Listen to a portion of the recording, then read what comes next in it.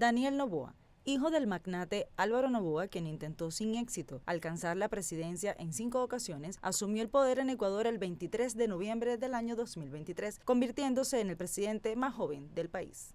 Su mandato, de apenas 1 año y medio, ha sido calificado como un gobierno exprés, resultado de la activación del mecanismo constitucional de muerte cruzada por parte de su predecesor, Guillermo Lasso. Este recurso inédito en la historia ecuatoriana disolvió la Asamblea Nacional y convocó a elecciones anticipadas en las que Noboa sorprendió al país con una victoria en la segunda vuelta el 15 de octubre del 2023. El inesperado y acelerado posicionamiento de Noboa se dio en un contexto de profunda crisis de seguridad. Ecuador, considerado un país relativamente pacífico, experimentó un alarmante incremento en la violencia vinculada al narcotráfico, dejando como resultado el aumento de la tasa de homicidios en el año 2023. En Ecuador ya hay más que uniformados, y no es metáfora, hay más que soldados, más que policías. La inseguridad no se combate, se administra. Respirarla es parte del día a día. Llegar vivo a casa no es rutina, es milagro. Pero según el gobierno, todo está bajo control. ¿Bajo control de quién? Quédate y te cuento. Organismos internacionales estiman que más de 60,000 personas integran estructuras de crimen organizado en Ecuador. Sí, escuchaste bien, 60,000. Es decir, hay más que policías en servicio activo. Y mientras el Estado dice estar en guerra contra las bandas siguen ganando territorio. La evidencia clarísima. Cuando se declaró el conflicto interno en enero de 2024, había 24 bandas registradas como... Hoy son 37. ¿No era que los iban a erradicar? Lo único que creció fue el número de grupos de y las excusas oficiales. En paralelo, la violencia se volvió paisaje. Los cuerpos en puentes abandonados en cisternas, como los de los 4 comerciantes que fueron encontrados asfixiados y cuyos captores fueron liberados. Sí, liberados, gracias a un sistema que ya no parece ciego, sino cómplice. Cada día empieza con un conteo macabro, y mientras los ecuatorianos entierran a sus muertos, el oficialismo se toma la molestia de repetir que el país vive en paz. Desde el pasado 13 de abril, hay una sensación de tranquilidad y optimismo. Tranquilidad, optimismo, seguramente para los...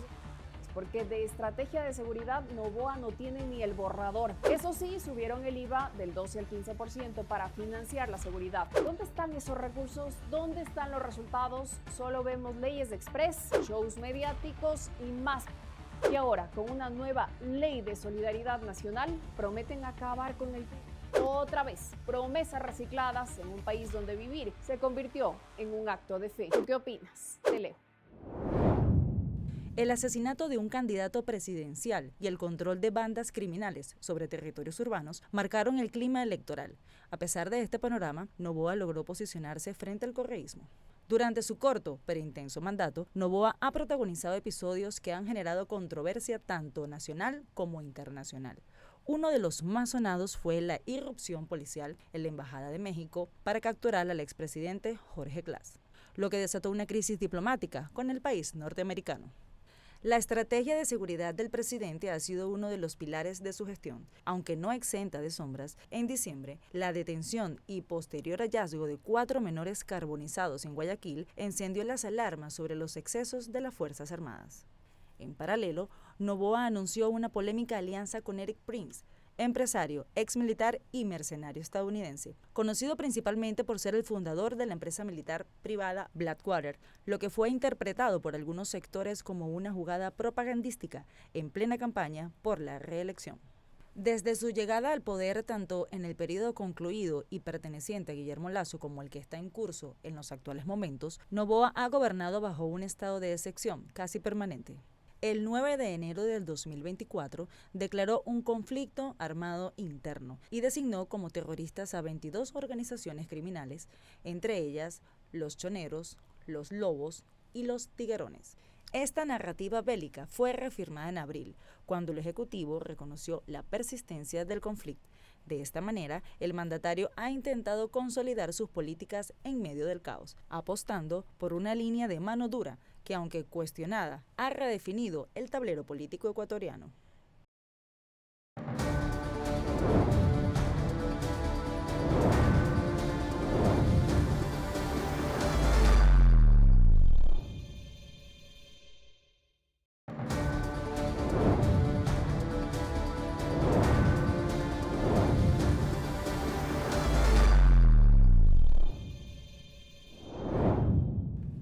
Ecuador, los militantes del Partido Revolución Ciudadana han denunciado una serie de persecuciones políticas desde el fin del gobierno de Rafael Correa. Estas acciones incluyen procesos judiciales, inhabilitaciones políticas y detenciones que, según sus voceros, buscan desarticular su estructura y limitar su participación democrática. Figuras como el propio Correa, Jorge Glass y otros exfuncionarios han sido objeto de investigaciones y sentencias que sus seguidores consideran parte de una estrategia de lawfare o judicialización de la política. Continúa la persecución política contra los miembros de la Revolución Ciudadana en Ecuador. Ahora los más recientes afectados son el secretario de la Revolución Ciudadana, Andrés Arauz, y una de sus militantes, Esther Cuesta. Ambos han sido vinculados por presunta asociación ilícita en lo que la Fiscalía denominó el caso Ligados. Este proceso investiga presuntas irregularidades en la designación del superintendente de bancos. Sus abogados indican que las pruebas no son suficientes. Bueno, creíamos que la persecución política había sido parte del libreto del gobierno de Moreno y de Lasso, pero es evidente que hay una agenda establecida por la derecha neoliberal de este país para silenciar líderes que son incómodos, porque en este país decir la verdad termina siendo motivos de persecución. No hay delitos, no entendemos asociación ilícita de qué. No hay ningún delito que se haya consumado. Varios expertos concuerdan que este nuevo proceso contra sus militantes forma parte de una persecución política que tomó fuerza tras la victoria en condiciones irregulares de Daniel Noboa. Hemos retrocedido realmente a la época de las cavernas, para ponerlo de manera gráfica, ¿no? Entonces, aquí es un poco la ley del más fuerte y más grave, la ley del billete, la ley del narco, el que amenaza a los jueces, el que finalmente impone su voluntad. Entonces, el país así no puede continuar. Sin embargo, la magistrada acogió parcialmente el pedido de medida cautelar de la Fiscalía. Andrés Arauz y Esther Cuesta deben presentarse mensualmente ante la Corte Nacional en Ecuador. Esto pese a que ambos abogados argumentaron que sus defendidos radican en el exterior. Incluso Arauz mantiene el estado de refugiado en México. La primera presentación será el viernes 13 de junio de 2025. Además, ya quedan pocas figuras sin formulación de cargos, sin juicios, sin sentencias. Y además, mire que hay un elemento absolutamente grave, gravísimo. Cuando la señora exfiscal general del Estado, doctora Diana Salazar Méndez, solicita que se señale día y hora para que se instale la audiencia de formulación de cargos, ya era embajadora designada en Argentina. Para el analista Alberto Montenegro, esto es algo preocupante, una alarma, porque el sistema está cooptado y cualquier momento, cualquier opositor al gobierno de Noboa sería un sujeto a perseguir, como otros casos ya vistos. Ya sabemos cómo lo hace, la persecución es grave, es alarmante, y yo creo que no está nadie libre. La Fiscalía y otros organismos son el brazo ejecutor del Ejecutivo en contra de sus adversarios políticos. La Fiscalía, a mi entender, podría estar siendo utilizada por Daniel Noboa.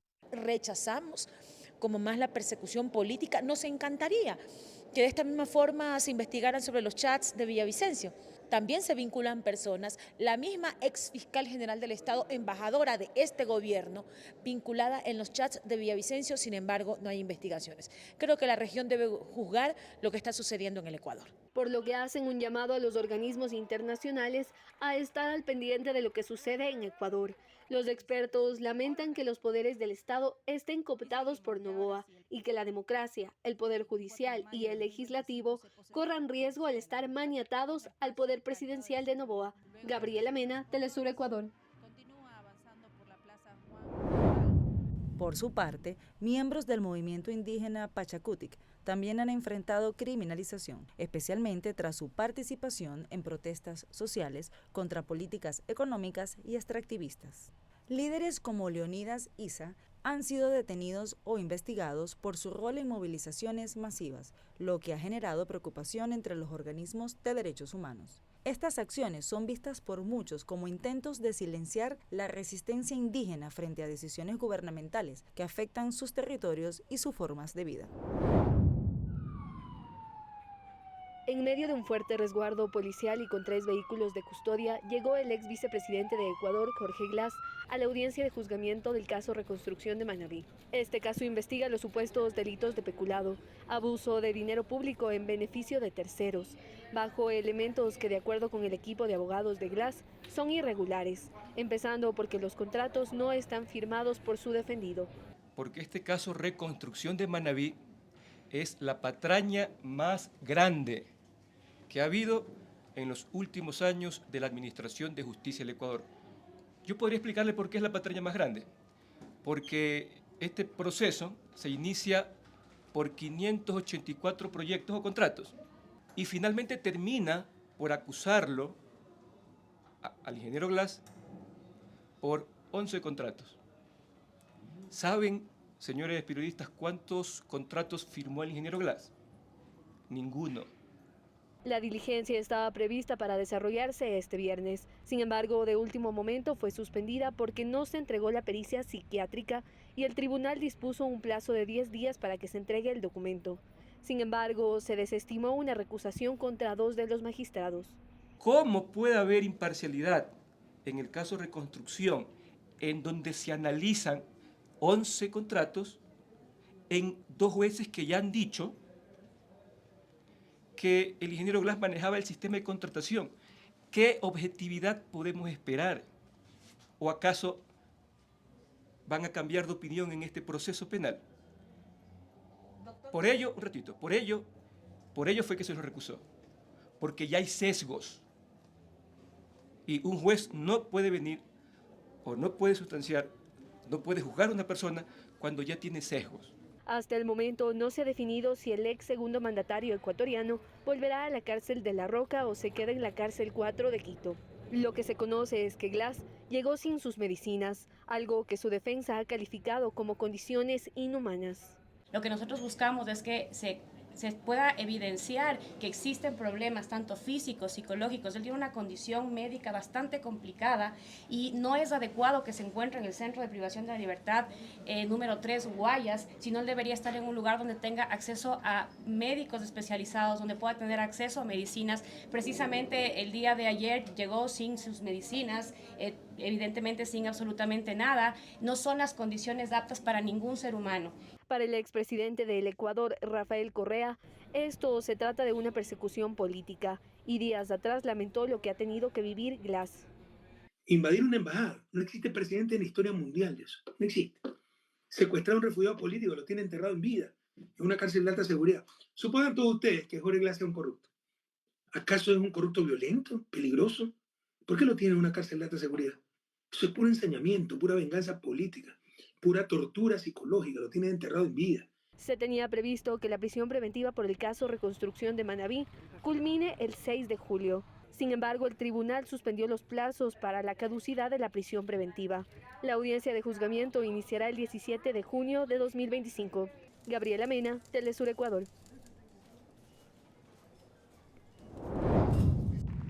Tras la victoria de Daniel Noboa en un proceso que muchos expertos catalogan como fraude de origen, la persecución contra sus opositores se intensificó, sobre todo contra el movimiento Revolución Ciudadana, que denunció irregularidades en las elecciones del pasado 13 de abril y que ha hecho frente a las irregularidades y falta de control del Estado. Ante ello, la Revolución Ciudadana se pronunció. No debe ser la voz del opositor motivo o ser un actor antagónico al gobierno, ser motivo para la persecución. Nos tiene muy preocupados porque por un lado que deberían encargarse de estar solventando los problemas estructurales que tiene el país, la inseguridad, la delincuencia. Sin embargo, el gobierno está preocupado por perseguir actores políticos, por inventar pruebas o por considerar causas que para ellos son más importantes que el bienestar del país. Punto con el que concuerdan varios analistas y destacan que el gobierno debe centrar sus esfuerzos en solventar la crisis de Ecuador, más no en continuar la persecución, de la mano de montajes de evidencias y procesos judiciales injustificados. A esto se suma que, según datos del propio Ministerio de Economía, Ecuador mantiene un déficit de $726 millones que genera un desequilibrio en las finanzas públicas. comparto y estoy seguro que el nivel de confrontación política tiene que bajar. Hoy no es el escenario de poner el escenario político en el primer capítulo, sino la reactivación económica. Porque sí, efectivamente estamos en un momento de crisis. O salimos adelante o realmente perdemos la batalla. Sin embargo, los montajes contra los miembros de la RC avanzan. Por ejemplo, el ex vicepresidente de Ecuador, Jorge Glass, enfrenta el proceso de juzgamiento en el caso Reconstrucción de Manabí por presunto peculado, dentro de 11 contratos que nunca firmó. Otro caso más es Andrés Arauz, secretario ejecutivo de la Revolución Ciudadana, quien está siendo procesado por presunta asociación ilícita. Arauz rechazó la vinculación. Este es un caso de absoluta persecución política, una acusación infundada de asociación ilícita sin ningún contenido detrás. No hay ninguna acusación ni de corrupción, ni de tráfico de influencias, ni de robar recursos a nadie. Este es simplemente una acusación genérica de asociación ilícita que en los próximos días que le quedan a esta instrucción fiscal quedará absolutamente desmentido. Mientras tanto, expertos y analistas rechazan el sistema judicial irregular que tiene Ecuador y lamentan lo que vive la Revolución Ciudadana. Todo en el Ecuador, con esta justicia caótica que tenemos, con estos jueces banales, corruptos, infiltrados, que no hacen justicia, entonces uno tiene lamentablemente que agotar la instancia nacional. Siempre me ha llevado la esperanza, ¿no? Tener mejores días. Pero yo veo con desasosiego todo lo que pasa en el Ecuador. Lo que por ahora es un hecho es que la persecución política contra la Revolución Ciudadana continúa de forma clara. Esto mientras los índices de crisis en Ecuador aumentan, sobre todo en el aspecto de inseguridad. Y es que incluso maestros de escolares denunciaron extorsiones por parte de organizaciones criminales, pero el gobierno buscó desvirtuarlos alegando que son falsas acusaciones. Gabriela Mena, Telesur Ecuador.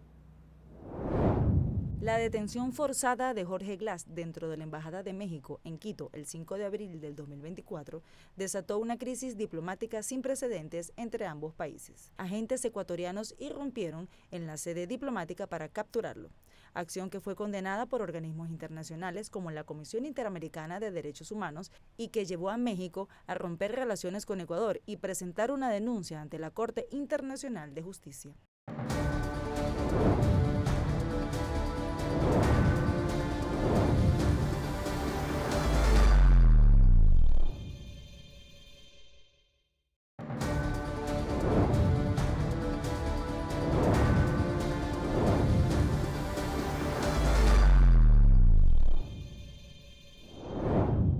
En Ecuador, el lawfare ha emergido como una herramienta clave para desarticular a la oposición política mediante el uso estratégico del sistema judicial. Esta práctica, que combina procesos legales con fines políticos, ha sido aplicada especialmente contra figuras del correísmo, como el mismo expresidente Rafael Correa, Jorge Glass y otros exfuncionarios. A través de acusaciones de corrupción, inhabilitaciones y condenas en ausencia, se ha buscado excluirlos del escenario político, muchas veces sin pruebas concluyentes ni garantías procesales adecuadas. Ecuador atraviesa una crisis dentro del sistema judicial. Los jueces son denunciados por liberar a criminales y dictar sentencias irregulares. En medio de ello, la Contraloría General del Estado ecuatoriano realizó un examen especial a 108 jueces y fiscales.